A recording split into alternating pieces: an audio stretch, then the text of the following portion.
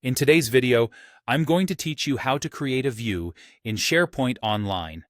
Let's dive right into making your SharePoint experience more organized and tailored to your needs. First, open your preferred internet browser and search for Microsoft SharePoint. Once you've accessed the Microsoft SharePoint site, you'll see an option to sign in. Click on the Sign In button. If you're already logged into a Microsoft 365 account, you might automatically be taken in without needing to enter your credentials. However, if this isn't the case, don't worry. Just type in your email address, followed by your password, and you should be good to go. Once you're signed in, the next step is to open the specific SharePoint list or library where you want to create the view. This part is crucial as it decides where your new view will be applied.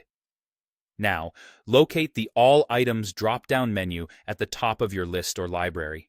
It's typically positioned in a prominent spot, so you shouldn't have too much trouble finding it. With the All Items drop-down menu in sight, click on it. From the list of options presented, select Create New View. This is where the customization begins, allowing you to tailor how your data is displayed. You'll see a field where you can enter a descriptive name for your new view. Take a moment to think of a name that succinctly conveys the purpose of this view, something that will remind you at a glance what the view is about. Next, you'll choose the type of view you want. SharePoint offers several options like list, calendar, board, or gallery views. Each has its unique way of displaying data, so select the one that best suits your needs. For example, if you have date-sensitive information, a calendar view can be particularly useful. Now, let's move on to configuring your view settings. This part is all about tailoring the information to your needs. Start by selecting the columns you want to be included in the view. You can choose to show only the columns that are most relevant to you or exclude those you rarely use. Following this, set a default sort order for the items in your view, which helps in organizing the data in a manner that's most logical and useful to you. Additionally, apply filters to display only specific items that meet your set criteria.